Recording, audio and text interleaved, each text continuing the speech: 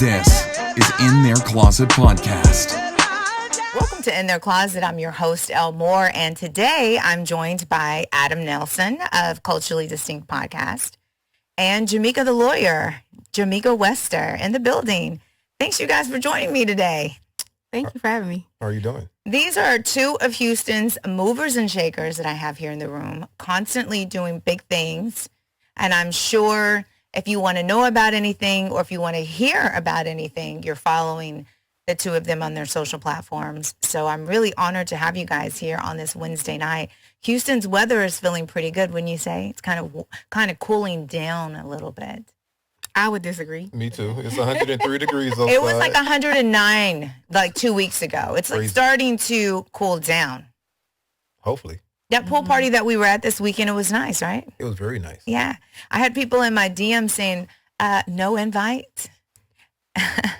And then I was at Jamika's event celebrating. I had people in my DMs, no invite. So y'all need to follow them. Thanks for coming. So y'all can stay in the loop. Yeah. So what were we there celebrating? I mean, what a beautiful party. And I always want to be there to celebrate you because you do so much. What were we celebrating? So it was nothing fancy. It was just me and my business partner just kind of coming out to Houston, just letting everybody know that we do personal injury. Now we've added that to our repertoire of services that we have. Okay. I saw you on Willie D's podcast. Yes. You're doing big things. Shout out to Willie D. I see you out there doing your public relations work. I hate it, but it works. You know what? The reason why my podcast is successful is because you have to get out there and market. You have to get out there and build relationships with people.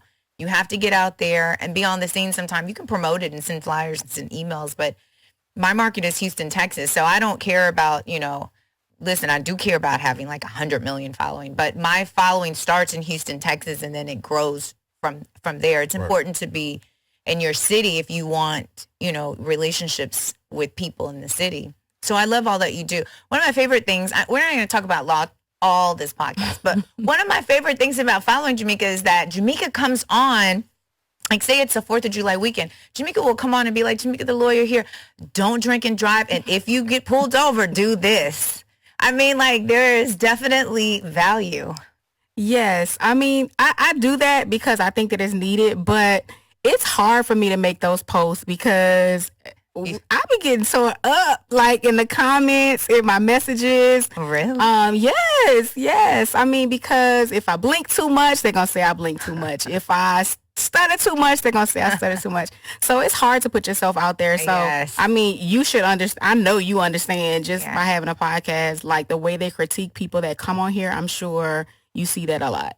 Yeah, it was kind of difficult for me to start the podcast because I had been a housewife for many years and I didn't have a public profile. So when I made In Their Closet and it was a public account, like I couldn't sleep the first night. I just knew people were going to leave me horrible comments. And for like years, the first couple of years, I was just afraid that people would come and tear me up, but they never did. But I had so much anxiety about having a public account. So putting yourself out there does take a lot. Adam, what made you start your podcast, Culturally Distinct, here in Houston, Texas? Let's talk about Adam Nelson. Well, first, I don't know too many people are spiritual out there. It came with the dream, right? I had a dream to start a podcast. This is before a podcast was even a thing, right? Mm-hmm. I had no intention of starting a podcast. I had no understanding, no awareness, no nothing of a podcast. So that's the first thing. Second, I noticed that in our community, our Black community, we had a lot of people that was here in the Houston area that was doing a lot of great things that was unexposed. Yeah. Right. So, and I had a lot of relationships with people. So I said, man, why not get their stories on camera? Mm-hmm. So that's one reason. That's another reason why I started the podcast. And then I'm here in a great city of Houston, even though I'm from New Orleans, Louisiana, which is a great culture of people and a great mixture of people. But Houston was like a melting pot of multicultural people. Right. So I said, well, we could get some of this because at the time during the pandemic, when my podcast started, we was at lockdown, but Houston and Florida was two places that wasn't. Yes, that's right. So a lot of people was traveling to Houston. So the first time in Houston, it's like, wow, Houston is what it is. And now you have a lot of people in California, Florida, Alabama that's moving to Houston because of podcasts like yourself and my and they notice it's like, wow, all this stuff is going on. So they decided to come to Houston. But yeah, that's one reason why I started the podcast. These are two New Orleans. You heard me? So is the New Orleans culture here in Houston? Because I feel like half of Houston is Louisianians. It is 50%. Yeah, I feel like I wouldn't say 50%, but if you know, you know. Like Yeah. a Louisiana person, a New Orleans person, especially, if you meet a cool person, they're usually from Louisiana. I don't know about all that. Well, I'm gonna say this. I'm from Houston, and we the coolest. I mean, but y'all not friendly. Like y'all don't have that Southern hospitality. This is the South, honey. Lisa's friendly. You I are. get in trouble. You for are being friendly. Yes, You are. I'm a true Southern woman, as a matter of fact. But you got a lot of friends from Louisiana, right? My husband was from Louisiana. He probably did teach me a lot. But yeah, I mean, I love the Louisiana culture here. I love it. I get mistaken for Louisiana a lot too. But my family was from Lake Charles or grew up there. They're, native Houstonians, but came back after college. And because of my family, I have a lot of, friends from Louisiana. That's kind of one of the reasons how I met you, Adam. Correct. And when I met you and connected with you, I feel like my circle grew too because you're well connected. Well, I would say well connected. I think it's more of an energy thing. I only connect with people that I have similar energy with. Really? Right. So I look at life in a positive realm. I think life is half full spectrum. Yeah. So I tend to kind of mess with people that have that same mentality. You know what I mean? Yeah. So I guess if you want to say I'm connected, I am, but I'm not. Well, I am. So recently when I saw you, because you connected me with someone, we had a great conversation about relationships. And I said, Adam, I want you to come on my show because you're always interviewing people about relationships. I want to talk to you, a man who's been married for 10 plus years. Yes. I want to talk to you about relationships, marriage, and the city of Houston. Let's talk about it. Let's talk about it. As he sips. So we got into like, all these different variations of what makes a marriage successful and problems that arise in a marriage. I was married a long time and I feel like I had a successful marriage. I don't know if I feel like marriages last forever, but I feel like as long as you're happy in your relationship, and then if you can get out and still be like yourself, get out and be safe and be okay, then you successfully were in a relationship. Like I know that there is, when people divorce, people feel like they're a failure, but I feel like, relationships kind of can run their course. How do you feel about that? Well, I think one, it's about how people look at themselves, right? So I think that people that, and this could go to people that have been in relationships, not a marriage, but been in a situation for a long period of time because they still got to deal with that other person. I think it's more of how you look at it, and if you guys are willing to evolve together. Because a lot of people, when they get into relationships, they have this understanding like, oh, this is what it is and that's it, right? I married this woman or I married this man. They have everything together, whoop de whoop, whatever. I like it. I like their body. I like their mindset. But they don't understand. A lot of people don't understand that changes over time, 100%. right? But the thing is, if you're not willing to change with the person, it's going to be hard to deal with it, especially in a city like Houston where you have a lot of, I call it a buffet. Oh. You have a buffet of options. Yes. Right? Even when you and your mate are going through like, some hard times. Yeah. And you might have somebody that's there to like, okay, well, to pick off where your mate isn't, putting in. It's easy to go to that. But I think it's just perspective on how a person looks at relationships. You've been married for over 10 years. Yes. So you understand how people can be married a long time and can consider divorce. You're not divorced, but as a person who's been married, you can understand like, okay, maybe I've had enough. I want a divorce. Or maybe your wife can say that.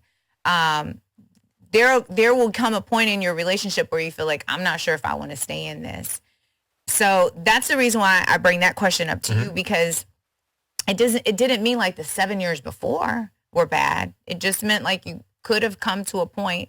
Do you understand how people can be married for a while and then just be like done? Or do you encourage people to stay married and just stick through the tough times? Like Michelle Obama was talking about how her and Barack had like a 10-year bad phase. Yes. So, it's a fun fact.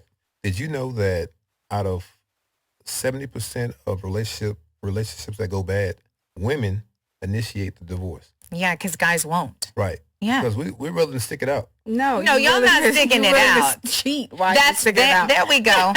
Oh, stick it out. We might cheat. Okay. Stick it out with a side chick. Right. A couple. And that's a whole nother discussion. We could talk about that. Oh, that's a discussion right now. But most women are really initiating these divorces. Yes. Right?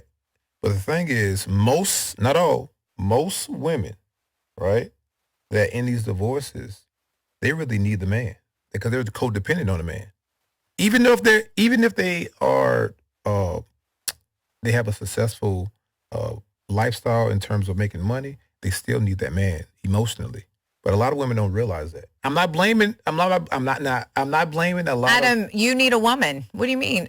The same way that a woman needs a man needs a woman. Yes, I agree. The way that our bodies are connected, we need each other. I agree. Okay. I agree. But I'm saying that sometimes emotions towards one party overtakes them and they make a bad decision. Divorce? Yes. Please. That's my opinion. Were you married, Jamika? No, I was never married. Are you looking forward to it, or is marriage not an option for you? It doesn't have to be. Okay. I mean, would you be like Oprah, like just be with someone for a long time? Yes. Would you be interested in a polygamous relationship? No. Like, what about an open relationship? Is that the same thing? Polygamous, yeah. No, I wouldn't. No. So you would be interested in being in a committed, exclusive relationship, but not necessarily rings in the paperwork. I mean, I guess that's the same thing, you know? Yeah. It wouldn't be open and it wouldn't be polygamous, but I would feel like at a certain point, we have to be past all the plan and all that kind of stuff because, I mean, I'm getting up in age. And so it's just like, are you really at 60 going to be dating five women? Is that what you're going to be doing? It doesn't even work like that. I mean, for me, I don't like he said, like most women are dependent on men. I don't depend on a man for anything other than companionship. And so if that's not something that we can do and it be peaceful, then I'd rather just be alone. So let's talk about companionship with a man. Okay. Do you believe that men and women can just be friends? Like no sex involved? And because I always feel like I can be friends with guys because I don't want to have sex with them. It may not necessarily be that they don't want to have sex with me. So that doesn't mean it's a friendship. Like if I get caught slipping. Well, you got to look at the nature of a man, right? We talked about this the other day. The nature of a man is to attack and hunt. God made us like this. Well, let me take out attack. Can I take that out? They're predators. Pursue, chase. We are made to hunt. Okay. In our nature, we hunt down our prey and we bring it back to whomever, right? That's in our nature. We can't take that away from us. So if you're a person... Where do you get that from? Our because nature? a lot of men say that that's their nature. We hunt and bring things back. What have you hunted and brought back other than a woman and ruined a life? What else have you done? All right, so to your question. Because we're not in a primal state anymore where you guys are really going out hunting and bringing food back and all those things. We're contributing in the same way that you guys are. So to answer your question, you said, where did I get that from? So I look at everything as nature, right? When God first created man, right, he gave him certain principles. Adam, are you for real right now? We're not even going to do this. We going back to the Bible? We got to, because we got to look at the original nature of things. Okay. Right? He said, okay, man, multiply the earth, cultivate the earth, and what do you say? Multiply the earth and cultivate the earth. He didn't say nothing about love. Oh my goodness. A woman. He just said, and protect. I'm sorry, and protect. That's the three things that God told a man to do. He was lonely, so he created Eve. And Eve was the soft side, the nurture of the man, of the support of the man, the love of the man, because we didn't have that. We wasn't designed to do that. God designed us to name everything in the garden, protect everything, right? Cultivate the earth and multiply. He never said, well, you're going to be soft and you're going to love. Being soft is not lacking love. And the Bible created us in his image. And the Bible tells us that God is love. So that shuts down that whole argument right there. Okay. Men, there are men who are emotional and soft and nurturing, caregivers. Like, that is a part of a man. We got to stop acting like that's not a part of a man. There are amazing men. They make great partners, by the way, because of their nurturing, faithful, loyal, loving side. We have to start embracing the fact that there are men out there. There are good men out there. Yes. It's men like, and I don't want to say men like you, but there's men that have that same mindset that make you try to believe that this is what a man's supposed to do. He's supposed to have a whole bunch of women. He's supposed to dog women out. He's supposed to be a predator and be a hunter and all this kind of stuff. And it's just a lot of bull. It is. You can say it. Shit. It is. It doesn't even make any sense. And you know what? We're so far removed from that. We have families. We seek therapy now. So like the way our mentality has changed tremendously. We got to stop using that excuse. We have family. We have children. We're presenting adults here. They need to be in a family with a foundation. We can't just be dropping off sperm to every household with children growing up without father figures and examples. Like we got to stop having that type of mentality. That's an old mentality from an old Black generation that we are not a part of. We come from a different generation. Now, and I'm not. The thing is, all right.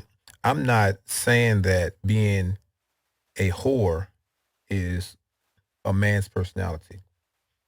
One, men pick up habits from women to satisfy women, right?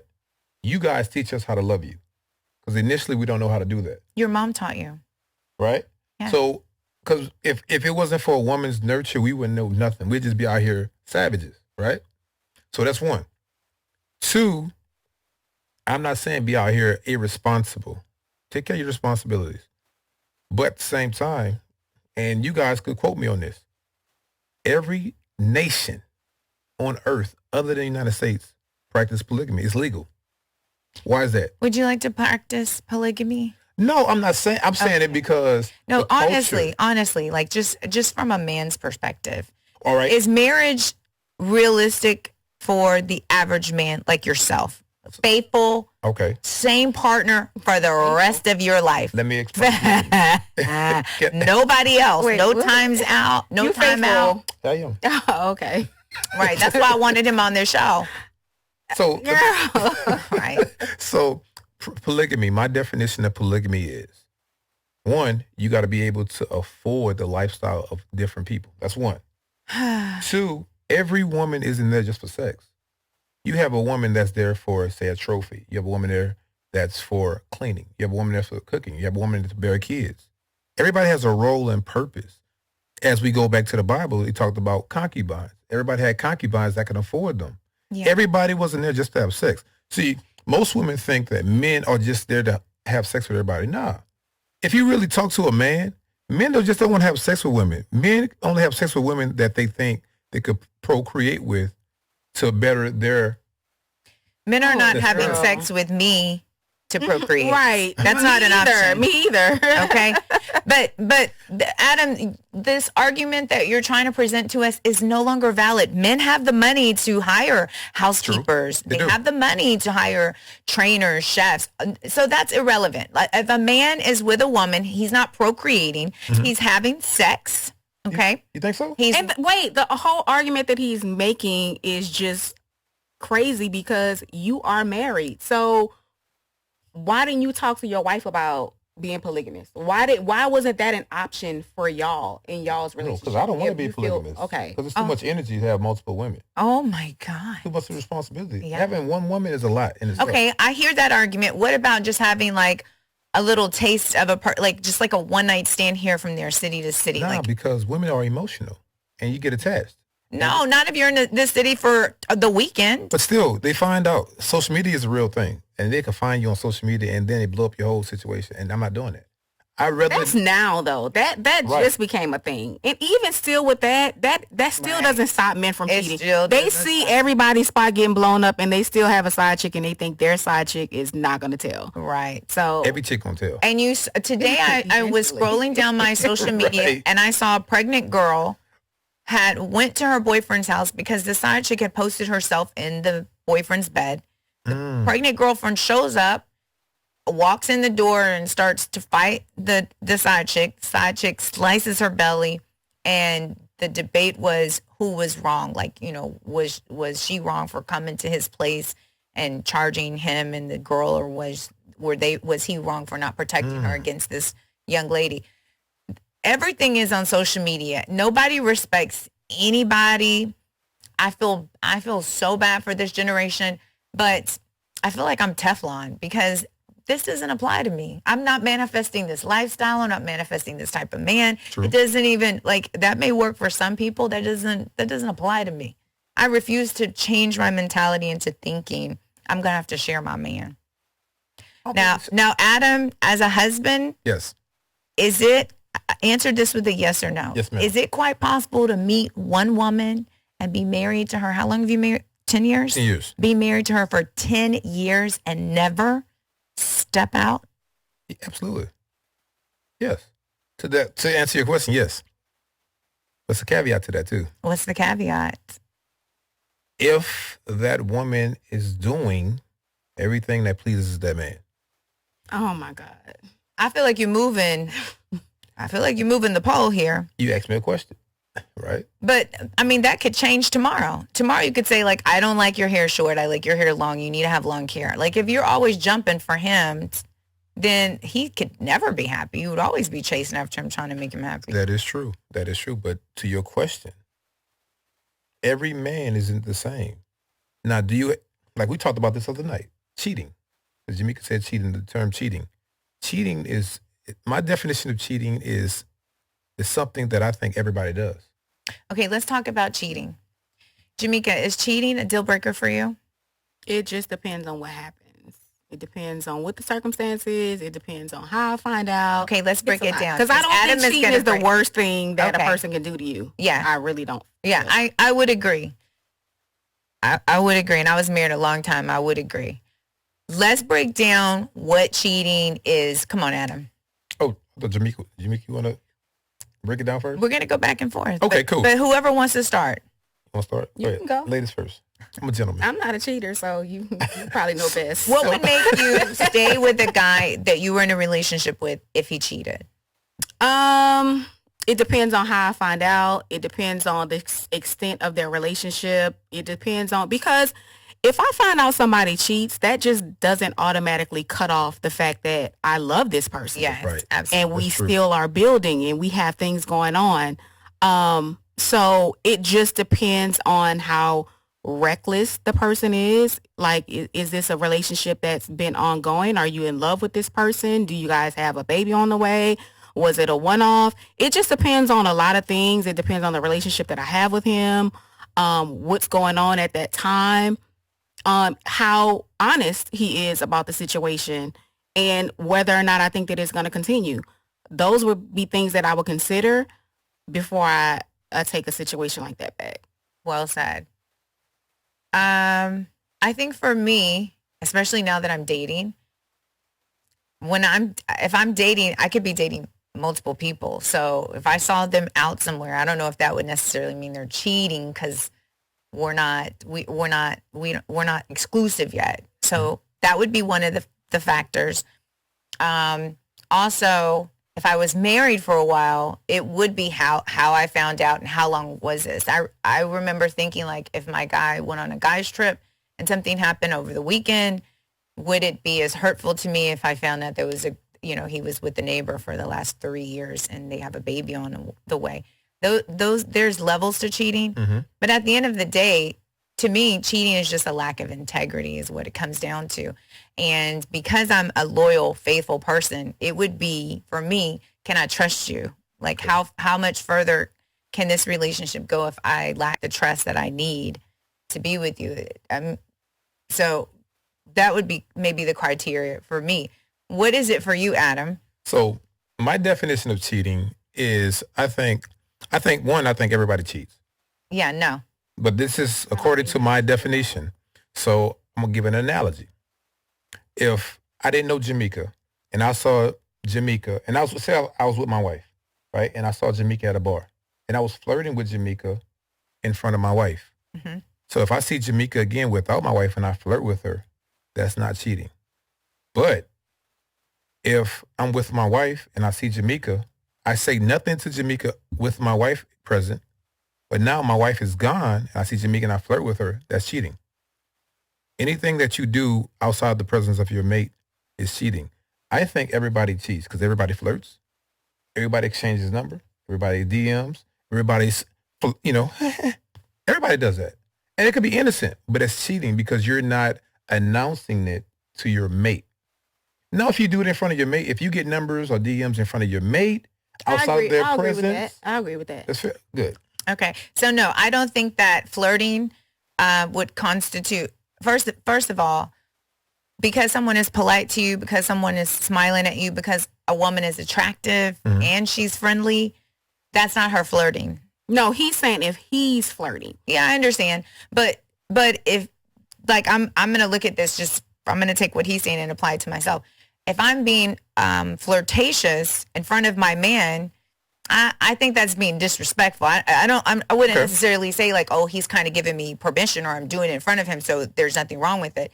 If you are actually flirting, then that would be disrespectful to your mate. So the person that you're with lacks respect for your mate as well as you, if that's what you're allowing. I don't agree with that. It just depends on the dynamic of y'all relationship. If y'all are, I have seen couples where they're just fun couples. Yeah. And they're out and the woman can dance on the dance floor with the guy and they're going home with each other. They have fun. Mm-hmm. But is dancing with another person flirting? Well, it could be flirting because we don't know what they're talking booty about. You don't have to be booty dance. But, I mean, they have people who do flirt. I think that it's what goes on. What is the parameters of your relationship? What do you think is okay and what do you think is off limits? And I don't think that it's disrespectful if this is something that you guys are okay with. So if it's okay for Adam to flirt with me and he's a married man, it would be disrespectful to me. Maybe his wife would think it's okay. Okay. But it can't, if you're flirting with someone and you're married, just because your wife gave you permission to flirt with me doesn't mean it's okay. Like, to me, it would be disrespectful. Like, why are you approaching me and you have, well, my wife is cool with it. It doesn't, just because your wife is, because guys will approach you like, and you'll say like, I have a boyfriend or I'm married. They'll be like, I am too. Well, just because y'all think it's okay doesn't mean it's okay over here. So it does, that line does get blurry because just because it's okay for y'all to do it doesn't mean you get to get over here and disrespect me. True. I think that it's okay. I think I understand what you're saying. Two things can be true at the same time. Yeah. But I don't think that it's an overt act of disrespect. Yeah. Like, I wouldn't be offended. Yeah. I wouldn't I have think a question. But would it be okay if someone was offended because you are flirting in their face, they wouldn't be wrong for being upset about that. So, can we agree? The wife or the whoever, like if you're dating someone and he's flirting with the waitress. So do you accept drinks? When I was married, I did not accept drinks. Okay, well, you wasn't a cheater, but most women going to accept a free drink. Yeah. That's not a cheater if it's okay in your partnership to accept a drink from somebody. See, that's what I'm saying. If I go home and I'm like, hey, we were at Houston's, somebody sent us a bottle of wine, like. But if we're together. First of all, the thing about relationships now is everything is just about control and how you feel in terms of, you made me feel some kind of way, or these are my boundaries, or I feel disrespected. And it's just like, why can't you just let a person be who they are, respect you in the capacity that they are in, and come home to you every night? Why do you have to be my everything where I have to only get a drink from you, only talk to you, only like... But if we've been together for... If you have that understanding. And we've been together 10 years, but this never took place, and now you want to be this new person, that becomes a problem. I mean, yes, it's going to be a problem because a change in behavior is always going to be a problem, which it shouldn't be, because you just said in the beginning of the podcast is that you have to be able to evolve with a person. Absolutely. And so in the way that I evolve, I might change the way that I was before. I may have been in a shell where I was an introverted person, and now I'm a lawyer, and now I have to network, and so now I have to be extroverted, and now my clients are mostly males between the ages of 30 and 45, and so now I can't speak to my clients when I go out. They can't send me over drinks. Well, I would just give it my definition. No, I'm just saying, this is a real thing that is happening. Yeah. And so it's just like, what do you do? But do you think if your client sends you a drink that they're flirting? He just said that's why it was. That's what I started this conversation off by saying is that just because someone is being polite or friendly to you doesn't mean they're flirting. So how many men? We got to understand people, male and females, can be nice, polite. True. They can be giving. They can give gifts. That doesn't mean that it involves something sexual or an exchange of something. That is true. It can just generally be like, hey, good to see you. Like, next drink is on me. How many drinks have you guys received that didn't come with a conversation? A lot. Yeah, a lot. It doesn't matter. Like, I think a lot of stuff is just trivial. We started this conversation off with like asking about whether men and women can be platonic friends. Yes. Can they? Like, we went on a whole tangent, and it's just like we get into the weeds of it all in the minutia, and it's just like there's more than you and I in the world when we're in a relationship. Yeah. We have to interact with people. Absolutely. And so if you're going to scrutinize every encounter that I have, then yes, it's going to seem like I'm a cheater. We on the same side then. I mean, Good job. I don't agree with you at all. Adam is very Good job. convincing. Be careful. Good job. We're on the same side. I believe that men and I don't have Adam's one of my friends, and then Billy's one of my friends. I have two male friends that. But if you found out that Adam wanted to have sex with you, that would not make Adam my friend. That would change the dynamics of our relationship. So would it make him a predator? What would it make him? It wouldn't make him a predator. It would change the dynamics because that means I wouldn't be as comfortable as I would be. You know, like if Adam is interested in me, I probably would hold in my farts around him. But I mean, what if he never told you that he was interested in that way? I mean, because that's what they say. Men will just lay in wait, right? Lay away, yes, and so it's just like, no, that doesn't mean that he still can't be there for you as a friend. That doesn't still mean that he can't be your confidant. It just may be an urge that he has to suppress because you're not willing to let him act on it. I like the fact that we now have boundaries. I know you were saying earlier, everything is so, but I like having boundaries because I like saying this is my coworker, and there's a certain dynamic of a relationship that a coworker gets. I don't have personal conversations. I don't have things that don't involve our business relationship. It only goes so far. I like having boundaries because it does keep things in a box and neat and clean. My friendships are different than my business relationships, and it doesn't disrespect anyone that I'm around. To your point, I feel like we do have to network and get out there, and we have to be polite to the people, but everybody that we're interacting with is not our friend. They don't have the same type of relationship. Yes. Now, if it's an overt person like that you may like, and he's like, okay, you know that he's giving you the vibes that he wants it to be something else. He's, you know, when y'all hug, he's touching you on the small of the back, those type of things. But there are people who are not going to be as blatant about it. Yes, for a comment about what it is, but you still enjoy this person as being your friend.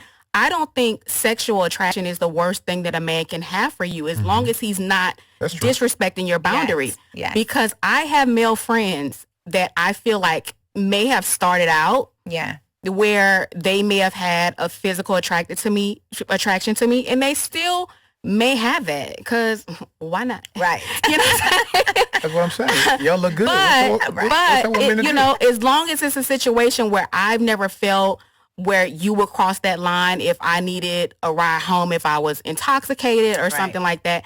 But in terms of my male friendships, the few that I have, those are not friendships that I'm willing to give up for a person that I just meet just because you're uncomfortable with having a male friend of mine. Right. Absolutely. Absolutely. Well spoken. And Adam is one of my friends, and I've been around Adam, and people have said, You and Adam are friends? Adam, why do they say that? Well, 'cause I don't know because they take you do know. Nah, I think people take my flirtatious behavior and they look at it like I'm the same way behind closed doors. Behind closed doors, I'm a totally different person. Outside, I'm just maybe a wild guy, right? But inside, behind closed doors, I'm nothing like that. You know what I mean? Because you can't. Me personally, I can't be that wild guy outside and inside at the same time. That's too much energy to exert. Yeah. You know what I mean? You're extroverted and you're introverted personality. Yeah, because I really don't like people. Yeah. But I like people. Yeah. You know what I mean? And that statement. Like I want to be around people, but I really don't like people. Yeah. So it's like that. But what if your wife wanted that version of you? What if she's just like, why do I see you act this way when you're out and about, and when you're home it's this way? Why can't I get this person? So to answer that question, before I even got with my wife, proposed and married with my wife, she knew who I was prior to me even proposing to her. She knew what kind of person I was outside because we knew each other prior versus inside. So she's like, okay, I like this person, right? I know this person. I know the vulnerable person. I know the person that's going to communicate with me, the energy that you're giving versus the person that's out there. That's like, for instance, with the podcast. I interview a lot of beautiful women like yourself, like both of you guys. And she has no insecurity about that. She's like, I know who you are. I know you like beautiful people. That's who you are.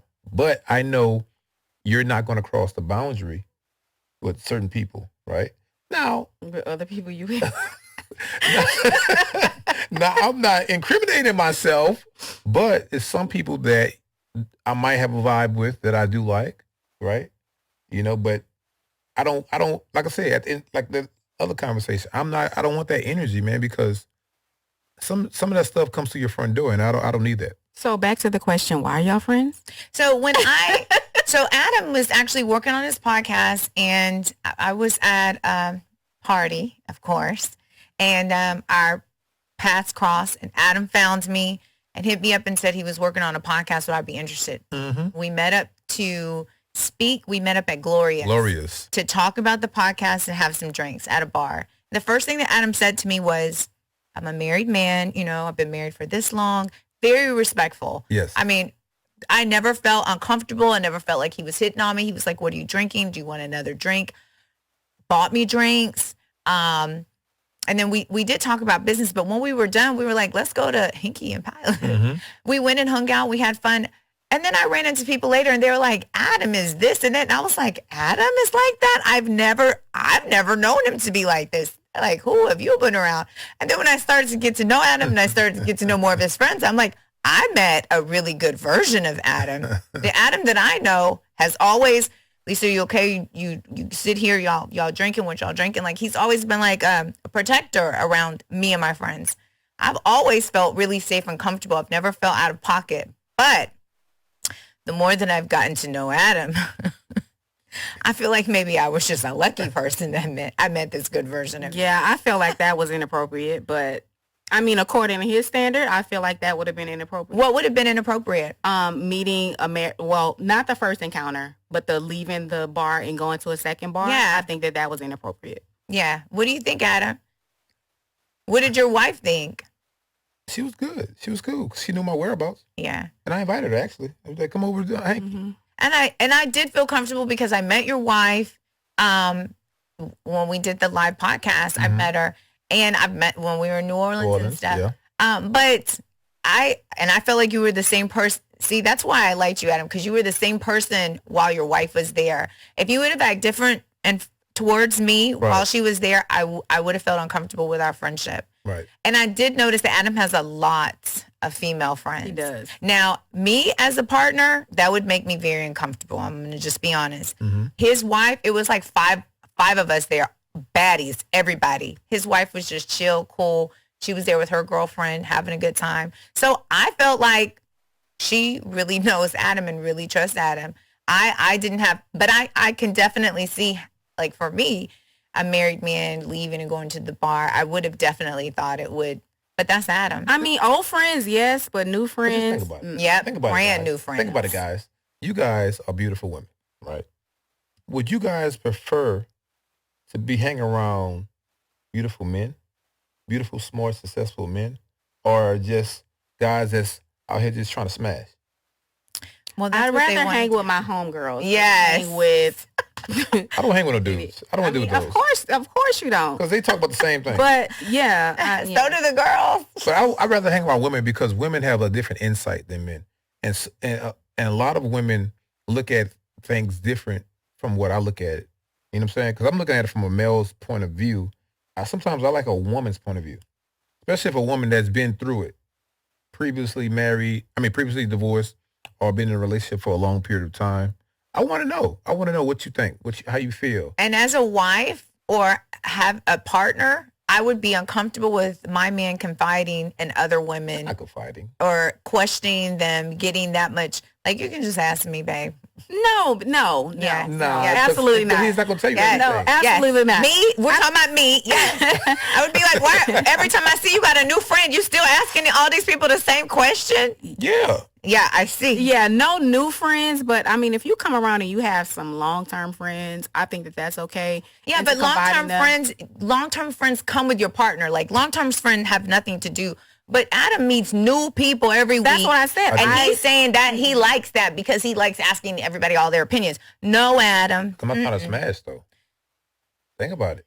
If I was trying to... We don't know that. I'm not. How would we know? Because look, I don't have crude do you intentions. know? You guys, all right, so you guys know if a man is trying to smash a chick. The No, energy because that they he- are very subtle with it. They are Really? very subtle with it. And a lot of women pursue men. And that I think that's what a lot of men Yes. depend on. I can see it when it happens. And I have noticed that too. I definitely have noticed, this is what I've noticed, Adam. Mm-hmm. Men will say, I'm a married man. Yes. And you know what that's code for? I'm letting you available. know what it is. Right. So if you want to be down, That's true. You already got to know. fall in line. Telling a woman you're married don't mean nothing, especially a certain type of woman. That doesn't mean anything except, Yeah, a ring is magnet. A ring is a magnet for single women. yeah. So, I mean, that's also another form of game. I'm a married man. What that mean? Like I went back to saying flirting in front of your spouse or away from your spouse is still disrespectful. I'm going to say, look, me and my spouse, both of us decided not to wear a wedding band no more. Wow. Because what happened is we was getting more attention with the band on versus none. I'm telling you, it's weird. Can't believe it. Wow. I'm telling you. Wow. Are you going to tattoo like Beyonce? No, I'm not did? doing that. It's weird though, because with that band, you be like, okay, you already know what it is. But if he comes over here, it may be a possibility. It comes back to what I said, integrity. I mean, Yeah. integrity. If you're not going to do it, you're not going to do it. It doesn't matter. But Black men don't cheat. all right, Charlemagne. But I will say, if you and your spouse, the thing about marriage is, if you and your spouse have an understanding, whatever the parameters are in your marriage, because we talked about cheating. Mhm. If your wife doesn't consider something cheating within your boundaries of marriage, then it is not. You have permission. You have Absolutely. permission to do that with her. Cheating is still a line that you're crossing, but you've been given permission. Mm-hmm. If your spouse would say, like, it's okay for you to, try and ask Lisa for her number, it would be disrespectful to me, regardless of whether your wife gives you permission to move that way. Right. Okay. I agree with that. So have you guys heard what this young lady was saying on social media? And it made so much sense. And I'm glad a young sister said this. She said that she's been married for like 10 years. She said, but she was talking to a group of women. And she said that her and her husband came to a point to where she knew he wanted to have sex with other women and she wanted to have sex with other men, but they didn't want to leave each other. So she told him, this is what she was telling the girl. She said, I told him straight up, look, this is what it is. I still love you. We still have our kids. We still have our businesses, our houses, whatever. We're not getting rid of that. It is what it is. Thing is, you go out there and smash who you want to smash. I'm going to smash who I want to smash. And we're not going to say nothing about it. And we're going to come and be kumbaya. And a lot of people are doing that, but that's the first time I heard it communicated. That's polygamy. No, it's not. Yeah, that's You an still with open marriage. It's kind of open, but Yeah. you're not open because You're just not putting it in each other's face. right. And that's the first time I heard it being communicated. I would like to see her say that in 5 years, how they give us an update of what's going on, because when you open those type of doors, Yes. you don't know what type of feelings, emotions, drama, trauma is going to come. And it's hard to make rules and set boundaries when you do things like that, because you leave your husband with the wrong chick. She may do all the things that you don't do, and he 100%. gets emotionally involved with her, and then what? Yeah. So then now You you're start gonna crying. want to reel it in, and he's like, "Well, no, I don't want to stop this," you know. So like, what would be the benefit of actually doing that other than keeping your family unit, I guess, intact in terms of your finances? Right. When we can just end it, we can just end this. I No, went through but- a divorce, and it took 5 years. It took a long time. I don't want a divorce. And there was a forensic attorney, a forensic accountant, the regular accountant, the attorney. It was a lot of money. If I had it to do over again, like in the future, signing a piece of paper, a marriage certificate is one of the last things I will do. I would like just a great relationship, because it's so hard to remove the businesses, remove the benefits of insurance and the home and all the money you put into it. Those are the reasons why people would stay married, and to save face. But privately, behind the scenes, yeah, he could be cheating on her anyway. And she's like, I mean, I might as well join him. But I mean, if you were to do that, if you stay in a relationship long enough, y'all are gonna commingle funds. So you're still going to have to go through a process of dividing the house, dividing the business, dividing the investment property that you guys got. It's always going to be that is the whole purpose of us loving each other and coming into a relationship with each other, growing and getting things together and all those type of things. If you love somebody, you have to, the issue with our society is that we want to kind of take out the vulnerability of everything. And it's just like, we're all afraid of each other. We're afraid to be hurt. We're afraid to be vulnerable. And it's just, if you want to feel love and everything that love encompasses, which is a beautiful thing, you have to be able to let your guards down and trust that person. And that's just what you have to do. Yeah. So to your point, if I was to separate from my wife, I'm still going to take care of her financially. But that's what I signed up to do. I'm not just say move it because this is me though. This is Adam, because my ego is hurt. I found out the good thing about marriage about me. Can I for transparency? Full disclosure. Come All on. right. The thing about me, in marriage, it taught me how to open up and how I really feel. This hurts my feelings. I don't like when you do that. When you say that, hurts my feelings, but it helps me, right? And it builds. When it builds me, it builds us. Yes. Right. But I realized that in self first. Right. I had to realize, okay, it's not about me. I stopped being narcissistic. Oh. Right. And I knew I was narcissistic because I thought it was about me. I make the money. I got the big dick. I got to do all, you know what I'm saying, whatever. But I was like, it's not about me. You know what I'm saying? It's about everything else around me. You know what I'm saying? I'm blessed to be a blessing. Say that. Yeah. But yeah, that's a good thing about marriage. That if you're willing to open up and really open up, then you can really see, okay, what's your purpose in this fulfillment of marriage? Outside of my foolishness, outside of my cheating, outside of me doing this other stuff, I'm still going to take care of you if we're separated. I think the number one thing, like for any relationship, friendship, platonic or romantic, I think in order for it to go the distance, there has to be forgiveness. You have to extend that grace because you're not perfect and that person's not perfect. So if your friend offends you, you call her and you say like, hey girl, like, you know, I didn't like when you did that. Or you hurt my feelings when you said that in front of everybody. That's I fair. want everyone to know That's that. fair. I'll be repeating and then when you're in a relationship, you learn to just say like, you know, I didn't like the way you did that, but this doesn't mean we're breaking up. Like, I just want to express that because previously, if you talk to someone and told them how you felt, they thought like they had done something wrong and you're done with them. And now, because we're starting to become more open about discussing our feelings and being vulnerable, we can say like, hey, you hurt my feelings when you did that. Do not do that again. I love you. And then just keep it moving. Right. That does make your relationship better. But that's the only way you're going to have a successful relationship is being able to communicate and expressing vulnerability. Remember what I said? I don't know if you remember what I said the other night about at the dinner table.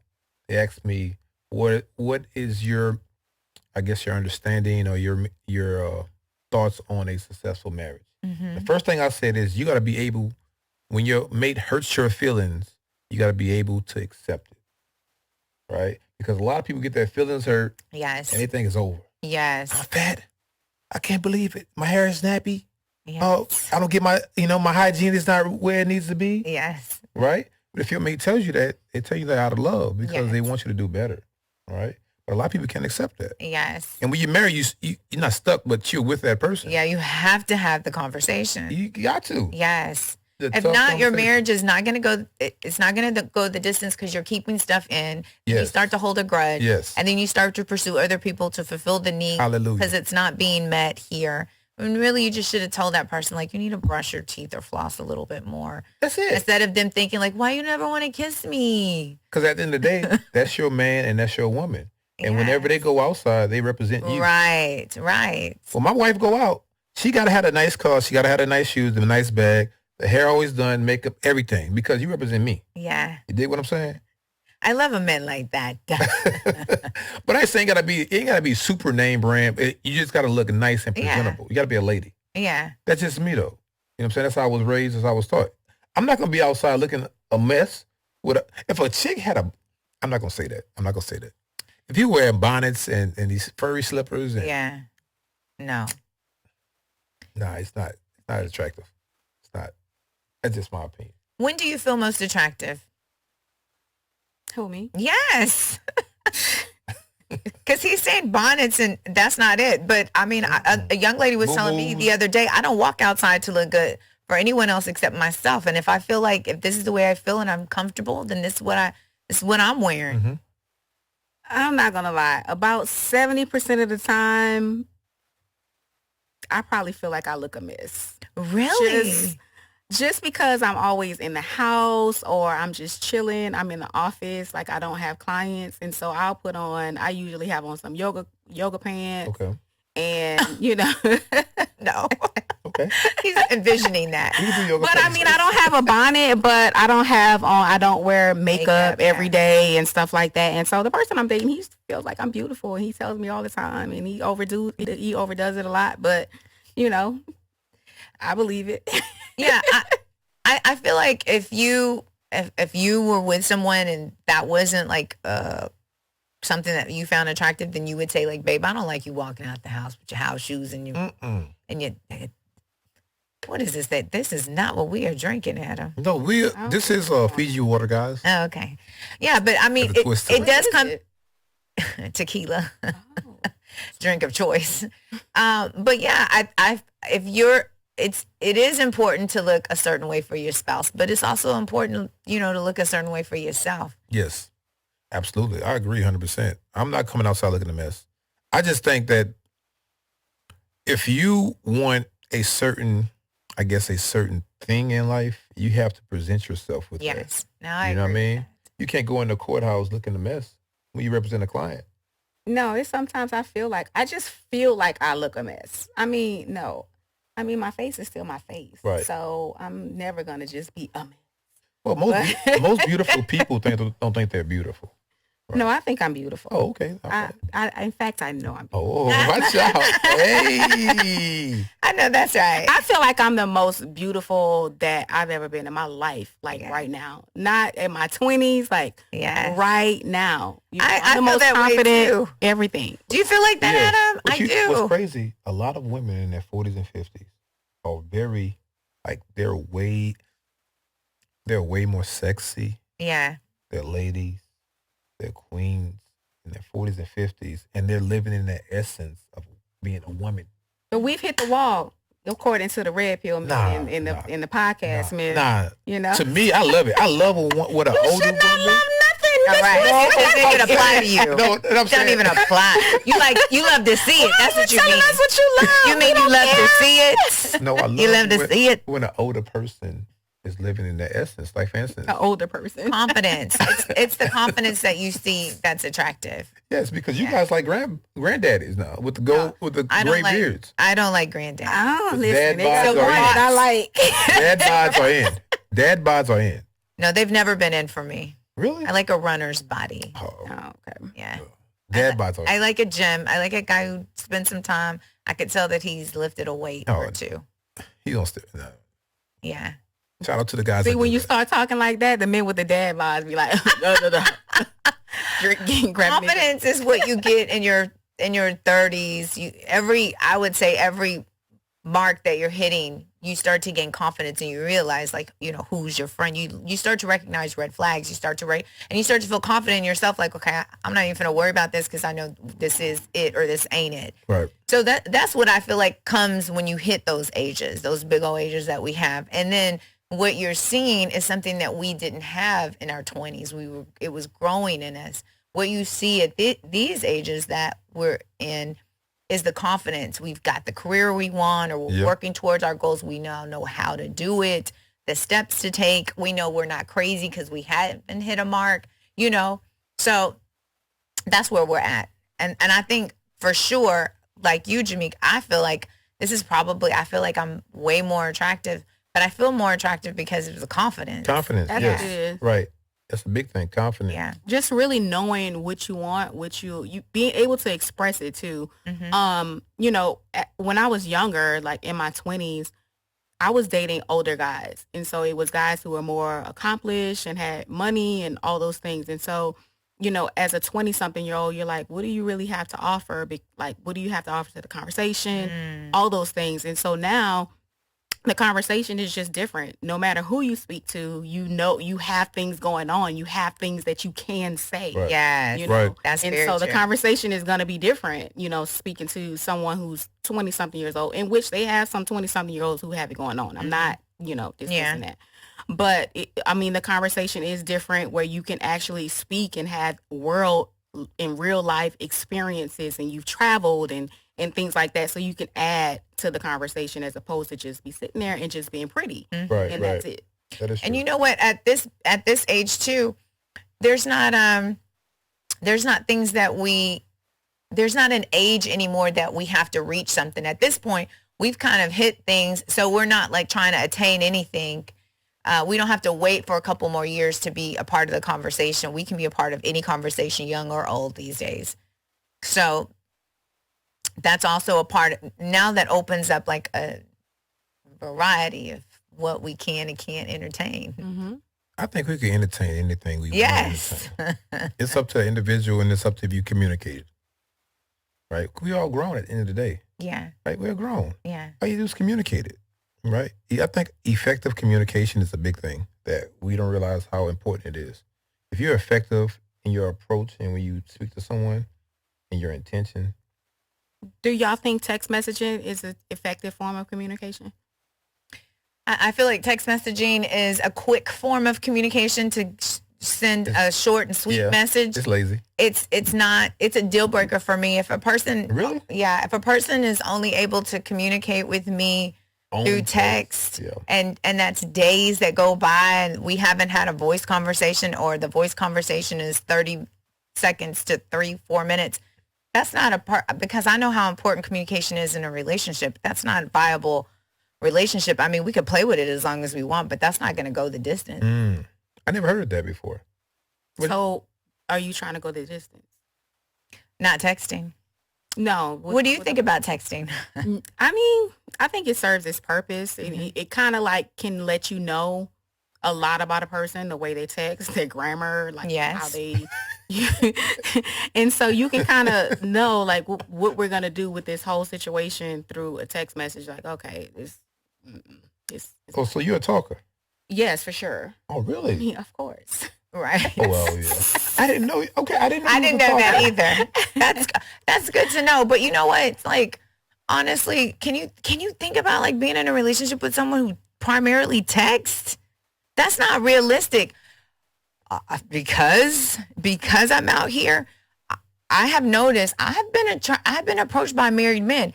If I did not make it a point to have these conversations, then they would think they can text me at 8:00 at night and not pick up the phone. Right. The fact that you can't call me at 8 or 9 or 10 to me is a red flag. It means that you're not in a position, because it ain't nothing to pick up the phone. If you start we're texting back and forth too much, just pick up the phone. Why would we be texting back and forth? You know, the girl told me when I first moved here a couple of years ago, she said, She said, where do you live? And I told her where I was living at the time. And she's like, oh, you married? I said, how you figure? Because you were out there in the She bird. said, anywhere outside of Beltway 8, you're married. For sure. I was like, I didn't think about that, even though I was married. But Oh my God. Adam, I was asked to go on a date at 11 o'clock in the morning. I was like, oh, this is cute. This is different. I've been going on all these dates. This is a different time of the I was day. like, okay, It's like a Wednesday, 11 o'clock. coffee date. I'm sitting up here having a conversation and I start, because he has kids. I said, okay, what weekend do you have kids? Because I dated a guy who had kids. He had his son on Thursdays and this weekend. I said, what weekend do you have it? Because I'm trying to like see what we're going to do.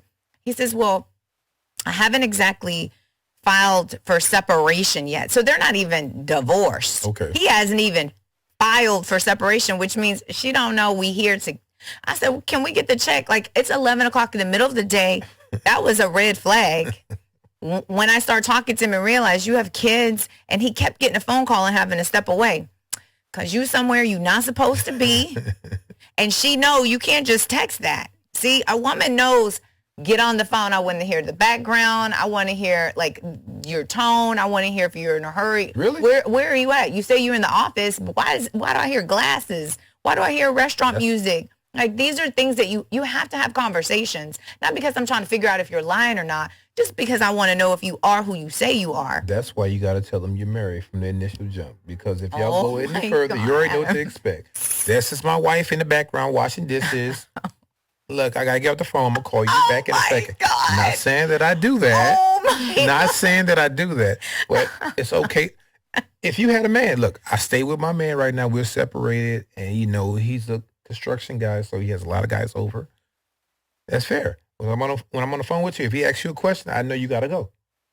That's my expectations. But if you like, oh, I'm single, I'm by myself, blah, blah. But I'm calling you, I hear a man in the background ask you a question. I'm like, what's going on? Now I'm like, I'm not interested in it any longer. You know what I mean? If the phone goes on do not disturb at a certain time, you can't get phone calls. I can't just, I'm coming home drunk. I can't drunk text you. I can't just call you in the middle of the night because True. I'm just thinking about you. Like, oh, I'm thinking about you. Come over. I'm going to come over.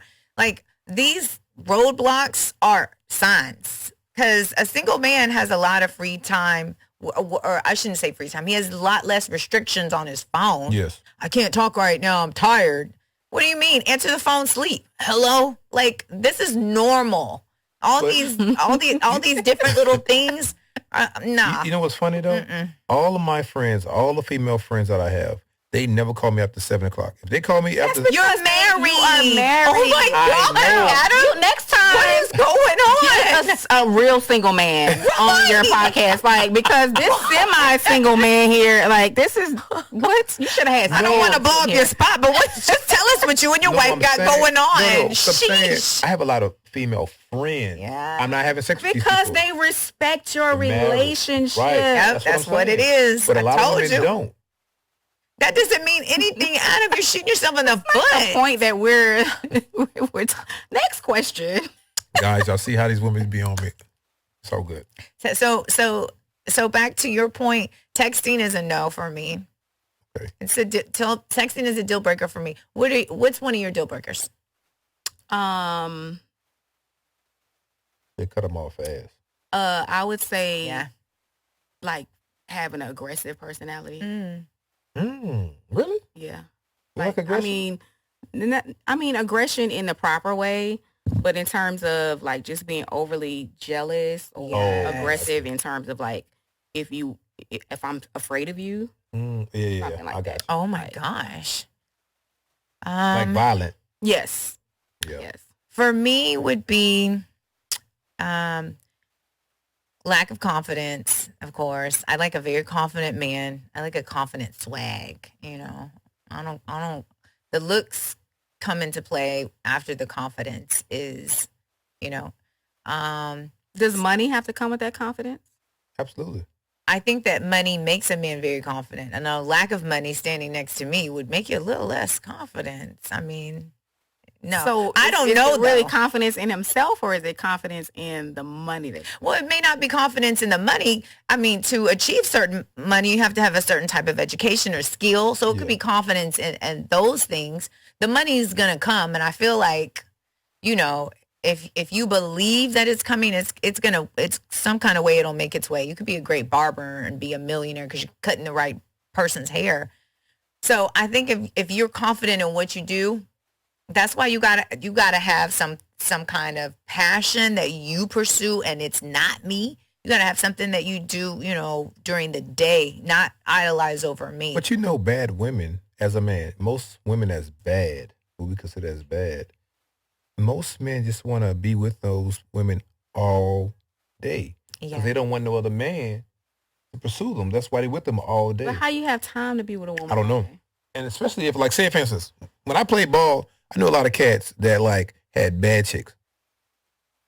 But they want them everywhere. You coming to camp. You coming with me after meeting. You come. Well, that means the woman has time to do all of that. Like, the woman he's bringing the woman with him. So she is available. Mm-hmm. I mean, most men who have money and status, they want women who are available. Correct. Yeah. Correct. So, yeah, they want you to be able to get on a flight. But how do you deal with that? Like, I don't know if you guys ever dealt with that, but how does a woman deal with that? Deal with what? Oh, I'm available. Okay. Listen, you don't play hard to get to a man who's hard to get. I got you. Okay. So money is the factor. No, money is not the factor. Money is going to be. Jamika, do broke guys approach you? No, not really. Exactly. I mean, we don't have to talk about money being a factor. I'm not being approached by men who don't have money. That's bad. But no, I mean, that's what's happening. I'm mad at both of y'all for saying I mean, I don't know. Though, I'm not pursuing those men. Those men are approaching me. But money really does not matter as much because the broke person is the one who's, you know, not giving you the money. So it could be, I know football players who he will tell me, like, I ain't giving that girl nothing. Nothing. I wouldn't either. And so I know teachers who give half their paychecks to whoever, you know, if they're dating somebody, or give their whole paychecks to their wife. So, you know, money, all that stuff is relative, you know. Yes, it is. I'm mad at both of y'all. You know why? Oh my gosh. I'm mad because both of you guys are beautiful sisters, but you guys use that to your advantage. I'm not saying y'all need it. Use what to our advantage? Y'all looks. No, we don't. Men. It is who we are. Because men break their backs to satisfy you guys financially. And y'all know that man is struggling to keep up. That doesn't even make sense because Jamika and I both have careers. I know. We financially take care of ourselves. Nobody has to break their back for me. But are you? I don't know nobody who done broke their back. Right. First of all, he's probably been taking care of 5 different households and mine. So ain't no breaking backs. Probably breaking backs in the bedroom, but not breaking backs. Let's talk about it. As far as the money. But I don't know, because I see a lot of guys that, you know, they go for the 5-star, right? They go for the 5-star and they know they can't afford it because it comes with a price, right? You can't stay at the 4 Seasons and you're just mediocre, right?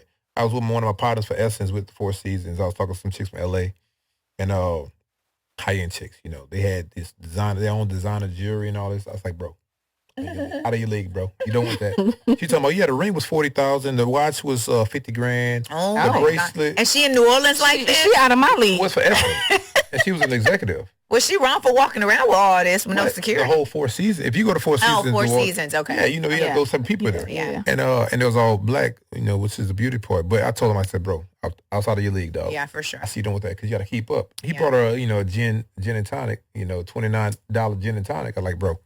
Stop. Leave it alone. So men will know, men will say who's out of their league. Do you think women know if men are out of their league? I do.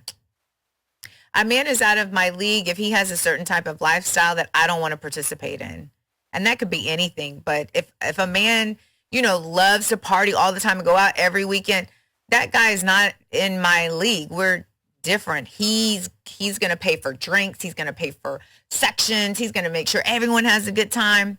That's not really I would like for my money to go somewhere else. So that wouldn't be a person that does out of my league mean somebody who I couldn't be with. Sure, I could probably make that work. That's not a person that I would want to be in a relationship with. And he could like have a nice car and a great job and be pursuing me. We could have great chemistry, but that would just we're not in the same I agree with that. It's a lot that comes with But that. there's a lot of women who will say, I can have any man I want and I can do this and I can, and it's like, no, men can be out of their league and women can be out of their league too. And it's okay. It doesn't mean you're any less of a person. Yes. That's so important. Like, because we're not always attracted to people, but they're also not always attracted to us. As attractive as Jamika and I are, I'm sure that you've met a guy that probably wasn't as into you as you were into him. For sure. Yeah, that happened to me while I was dating. I was like, what? I call Adam, like, Adam, like, what? What is going on? But Adam said, maybe it's just you, Lisa. Maybe he's just not that into And it's you. hard to believe it, because we feel like we put the best foot forward, but it's just like, people have the right to choose what they feel like is better for them, and it may not be you. Yeah. And my girlfriend said, Lisa, it's your ego. You need to tell yourself that it's okay that they're not into you because it's nothing that you've done wrong. You're just being yourself. Right. You wouldn't want to change who you are to make them be into you. So. And the worst thing you could do as a woman is to do that. Is to try to contort yourself to be who that person wants you to be, or to chase, because men chase. That's what's in our DMs. Yes. Like on the dark side, on the other side that's unread. And it's just like a lot of men just don't know how to read the room. Yeah. And maybe women don't either. I mean, I just don't do the things that I see that men do in terms of when it's blatantly clear that a person is not interested in a man will just constantly pursue. Right. Oh my gosh. So I heard this from a great philosopher. You guys, I'm not going to say his name because you guys are going to automatically disagree. But he said something. He said something that made a lot of sense. And it goes for both parties, male and female. He said that always date a person that likes you more than you like them. That's what my dad always told me. Yeah. Always. I agree with that. Male and female. As a woman, I agree with that. Always. I don't know about a man. If a woman is not into a man, because if that was the case, then it would be a circular argument where, like, how would it work if it was the same? If you're pursuing me more than I'm pursuing you, okay, be with you because you're going to be there. Right, but in my mind, you're supposed to be pursuing me more. Yeah, that wouldn't work. So it wouldn't work. But it wouldn't work. You might like me more than no. That gives a man permission to do every and anything to you. You're just like so gung-ho over the man. So men are like physically attracted to us. Women, we're emotionally. So sometimes it takes us a minute to like see you as that full perspective person that we could be. Guys kind of see us and immediately like, yeah, I want her, and they pursue us. And we may not see you at first and be like, he's cute. And then we may see you in a different direction and say like, okay, because the guy was pursuing us and he saw something in us, that also makes a guy attractive. But when there's chemistry and then there's a certain way that he's doing it and it allows you to kind of see him in all these multifacets, then you can say, okay, you know what? I can kind of see myself. So then we can kind of start to like the guy because he liked us so much. As a woman, we can't be liking a guy too much. But see, that's a guy who you didn't have an initial attraction to, because all of those rules and all of those things is really for people you don't like. I'm a sapiosexual, so true. I don't like anyone at first. I'm sure you've been attracted to you. I'm sure you've been attracted to people. I've been attracted to many people at first sight, but that's not enough for me. We have to have conversation. Mm-hmm. Like I said, if all you do is text, it's a deal breaker, because that's not going to be your attraction, your money, your whole lifestyle. That's not enough to keep me. Where's the meat and bones on that? If we're not talking, then the attraction is nada. I mean, I can see you and be like, hey, every time I see you smile, you're so cute. But that's it.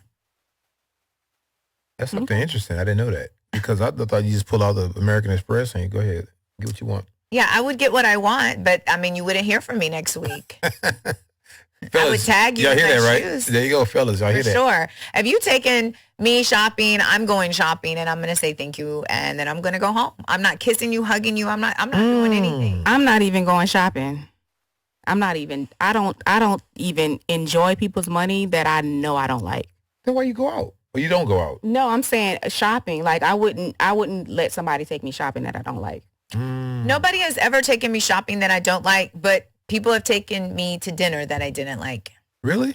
How did you? So the game face. How do you guys keep the game face like that? I don't even do that. Oh, you don't do that? Okay. Yeah, when I started dating, people were like, you got to be open and date some, date guys that you wouldn't have dated before. So I did do that. I dated some guys who were great on paper, and then sitting there at that dinner, I was like, I'm never going out with them again. Wow. But when the check came, I didn't say like, let's go Dutch because I'm never going to see you again. I was just unfair. like, that is so unfair. Yeah, I let him pay for the dinner. I was like, thank you, and I never talked to him again. That's so unfair. Yeah, it is unfair. And when I went out, when he asked me out, I wasn't attracted to him. But I was like, you know what? This is a you good. Can see. You can give it a chance. And I was like, this is a good guy, so I'm going to go to dinner. And I did let him pay for that expensive dinner.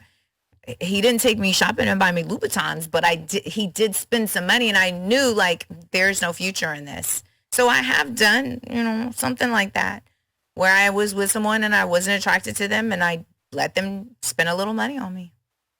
That happens in the club. That happens a lot. Guys life. approach you and they offer you a drink, and I'm like, you got missing tooth on the side. But yeah, I'll take a French 75. Well, you got that missing tooth? the infamous missing tooth on the side. That's also a deal breaker. Women have that too, by the way. Right. Oh, they do. Right. Everybody. I tell people, like, I'm going to send you to my dinner. You want to know who my dentist is? Keith, they're important. Very important. Instead of buying those shoes. Yes. Get your side tooth done. Yes. And also, like, make sure you have good smelling breath. Bad breath is a deal breaker. Ooh. So you can be so cute. Ooh, when you start talking, it's a wrap. Ooh. It's a lot. Before I get there, the list is long. It's little bitty things that people will probably. So I'm going to tell you about women. I just be passing on people. When I was single, right? When I was single, these are some things that women had. That bad breath was one. Their hair wasn't always smelling good. It didn't smell like Vidal Sassoon, whatever you guys use. What is it? Shea butter? Right? It wasn't shea butter. But also the vajayjay. Right? So that vajayjay was always smelling a certain way. And it was like, wow. And some women had BO. Oh my gosh. Right? And having BO, they don't know they have it, but you smell it, especially when when y'all about to initiate the contact and you take off the pants. I mean, but how will they know? No, they know. If you don't tell them, listen, if you sit in shit long enough, it'll start smelling okay to you. Trust me. That's real. It happens. And so if you're not getting an indication that something is wrong, because men don't care, they're gonna hold their breath and push through. Yes, they're gonna do it. We're gonna do it. We're gonna hold our breath and put our nose in there and just to do it and just like pray after we finish. It's so sad. Hope she ain't got no STD because that's like they don't have any my standards. God. Oh my God. Speaking of STD, you heard about the stats in Houston? The stats in Houston haven't changed. It's been like that since. I didn't know that. Days. Yeah. Wow, I didn't know that. Yeah, Houston, Texas. I mean, like apparently we're the melting pot. Everybody came here during the pandemic, right? But before that, I mean, when I was in college, we used to go to parties in Prairie View, and they'd be like, "Are y'all from Houston? Because we know about Houston has the high AIDS and da da da." Yes, but I just want to come back to something before we wrap up. We're about to wrap up. We're way over, but great conversation though. But what I want to say is, so when you're talking about, because I went to dinner and I had a little dinner with, some people, doesn't it take you, not you because you're married, but doesn't it take you a minute to figure out like if this person is the person for you, or how long is the process when you're dating before you like catch and release? I mean, I guess it would depend on how many conversations we just have over the phone before that happens. But I will say I'm a stickler. I do not let men spend money on me that I do not like. It means nothing for me to sit across the table from a person I don't like to get a free meal when I can pay for a meal and really have the person that I really want across from me. Yeah. And it could be you. Yeah. You know what I'm saying? So I just don't do that. But I mean, if somebody wants to take me on a date, if I don't like them, I'm going to let them know, like, I don't think that it's a fit. But if if you want to go out and have a good time, because I believe anytime I leave my house, I'm going to have fun. Yeah. It doesn't matter who I'm with. Yeah. And so I will do that, but it's not going to get any further than a meal. I will not let somebody spend anything more than a meal on me. Me too. That's good. That's fair. I would not let anyone spend anything I more like that. than a meal for me too. It starts with the drink, but it could go up to a meal. But I wouldn't. I mean, like that's So what's where next after the meal? What's the next base? That's second. That's first base. What's second base? I don't know, because I think anything after that is bum bitch behavior. I don't know.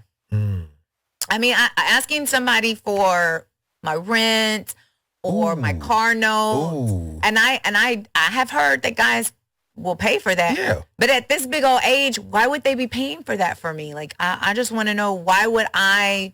What is the conversation that you have with a person for them to say, like, here's your rent money? So that's a good question for a man. And, is it better if a woman needs money for a need or a want? Want. So a want is this. That's for anything, right? And this isn't picking your partner too. Before I got married, I only dated women that never needed me. Never. They didn't ask me for nothing, even though they probably were struggling. I wanted to provide for them. But if they always say, well, I need this, I need this, I need this, I need this, them the ones I stray far away from. Because they're needy. A man doesn't want a needy woman. Now, if a woman doesn't have to work. But if she's in need for everything, because sometimes their dads or their family takes care of them, or their, generational money. But if they're needy, no. But if she's like, I'm struggling, I'm at work, I'm got a second job to pick up this, I'm doing this, Yeah. and you see her grinding, Yeah. I'm helping you out, baby. Yeah, I love that. Go ahead, baby. I do love that. Now, I love it just because. Yeah. Here's some. Go ahead, baby. You grind the I want hill. you to come with me this weekend, go get a pedicure, Yes. your nails done, get your hair done. It's Yes. on me. I love that. Not because, like, I don't have the money to, but because you just, like, want to do that for me. Because you've been working hard and you deserve it. Yeah. Oh, my goodness. Fellas, they deserve it. All right, we're going to close. Let's give our listeners some advice. Oh, no, we're not giving relationship advice. There's plenty out there on 3,000 other podcasts. It is. So before we leave, what's your hustle right now? What are you doing? What should we be looking for? Jamika. Oh, hey, I'm Jamika the lawyer. I do personal injury, and I have an online business where we do a court order classes called Texas Court Classes. But if you get in a car accident, look me up. How about Jamika? Yeah, it's Jamika the lawyer. And follow Jamika the lawyer. She be giving you free game. Yeah. That's why I be following her. But she helped me out. She be really, yes. And when you, and I feel like because of that, I'm not going to forget who to call when something comes up. I was like, Jamika, what about this right here? Mm-hmm. Yeah, for real. Yeah. Appreciate that. But no, in terms of what I have going on, I have a lot of stuff going on. But for your audience, me and my wife, we do have a background check, fingerprint, paternity. Oh, wow. Business, we do that. I also do government contracts. So if you're into getting a government contract, getting your WDB, DBE, your small business certification with the city of Houston, we can help you guys out with that. Business credit, we do all that stuff. I consult with you to show you how to get it. Mm-hmm. But that's it. That's it. That's the only stuff in terms of business that I can give to the people. Everything else is. You have a podcast, you're a DJ, come on. It's so Culturally nice. distinct. I'm sorry, you're right. Culturally distinct podcast. You probably seen Miss Lisa on it a couple of times. Yes, El Moore was on your El Moore. I'm sorry. El Moore in their closet That's right. podcast was on there a couple of times. You'll see her again in the future.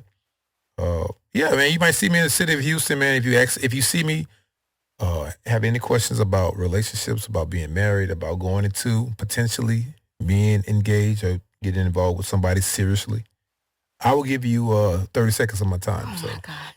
So in their closet podcast, we talk about how we feel on the inside and how that's displayed on the outside. So when you put your best foot forward, I feel like you guys always look great. Mm-hmm. What is something that a person of the opposite sex, this is what we're going to leave with. What is something that the person of the opposite sex can do to be attractive, to change their look or to make them more attractive by the outside? not the inside, not that confidence, but what can they do on the outside that can just physically make them look better besides like working out and brushing their teeth? While you guys are thinking about I know. it. Oh, okay, go ahead. If you smell good, Yeah. like that right there, Yes. that's like half the battle for me to just be up under you in your neck. Yes. You know, you ain't got to talk much. You smell good. You Talk know to what? me nicely. Talk to me nicely. I can't stand when I can't smell a man. I need to be able to smell your cologne. I feel like that's a part of a man. When my son was like 5, I had him cologne. Boy, buy Come here, before you leave the house. Come here, let me spray you. the man Yeah, some but they cologne. be outside at these day parties and the cologne be wearing off too much. I'm talking. No, they need an expensive cologne because I need to smell. When I hug you, I want to smell you. A man should smell good. Mm-hmm. Like that's top tier. Okay. What Be- about you, Adam? Be receptive. No, I said, what can you put on? Oh, talking about Physically, woman, what yes. can a woman physically do on the outside to look attractive? I said be receptive. I'm telling you. No, you That's the can't wear outside. receptive. You can't look receptive. You When I can't say brush receptive. when I say receptive, What, like a smile? no. If a man be approachable. How? Like, So I'm what gonna does that let you. mean? I'm gonna circle back to you. I think when there are times when a man, especially like sometimes we're in the airport rushing. I think when a man has a baseball cap on, that's very attractive. I think when a man puts on sunglasses and a baseball cap, walking through the airport and inside the building with the cap and the glasses, Seclusion. it's so crazy. That's so specific. It is. Right. But it doesn't, but what I've noticed is it doesn't matter if it's a black man, a white man, Asian, like a hat and glasses, all of a sudden he's so distinguished to me. I He feel likes like it can seclusion. immediately change. Yeah, because he could be anybody. Yes. I think that was But there's something sexy about like, being discreet. yes, I love, I love Discreetness. discretion. Yeah. Yeah. What about you? Come on. Did you think of something? Let's see, from the outside, I think that no bonnet. I told you guys that earlier. No I bonnet. said, what can she put on? No. Okay. Them yoga pants. You gotta have them yoga pants. Oh, Jamika. Jamika, you wear them yoga pants, baby. Yo, Lululemon, baby. yes. That's hilarious. Hey, them yoga pants. Listen, be careful, ladies, with those yoga pants. I went and Because- showed the house. Woo, man, Hey, yoga hey. pants will get you. Because the thing is, you can wear yoga pants with heels. And you can wear them with tennis shoes. You can wear them inside your house, and you can wear them at Whole Foods. And if a man sees you, he's like, Body. oh my goodness. Body, yada, yada, yada, What is yada. that? yada. And then she turn around, was like she smiled with dimples. It's like, oh my goodness. We're not talking. Oh my gosh. But those yoga pants, yeah. What in the world is going on here? No idea what's happening. Something happened. Something's going on in this red cup. I don't know. Oh man, you gonna blame the red cup? Well, you guys, thanks for coming on my show. Thank you for having us. I like to get a little fashion in here, a little bit of the outside. Let's do one more thing. It smell. Come on, one more thing that you like on the opposite sex that makes them look attractive besides yoga pants and Okay. cute dimples. Hey, that's what it say. What else I got going on? Let's see. Long black hair. I'm gonna tell you. And guys, don't criticize me for this. I'm from Louisiana, and I'm a dark skinned guy, but I don't know what it is with light skin. I'm like a light skinned person.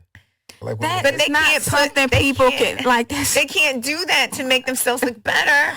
Like they can have like maybe baby hairs or maybe No. not baby hairs. that's Like, not gonna make you light skinned. Nothing's Right. gonna make you light skinned. you can't. I don't Scratch want you that. to Like focus. take two. To Like make you edit that better? out.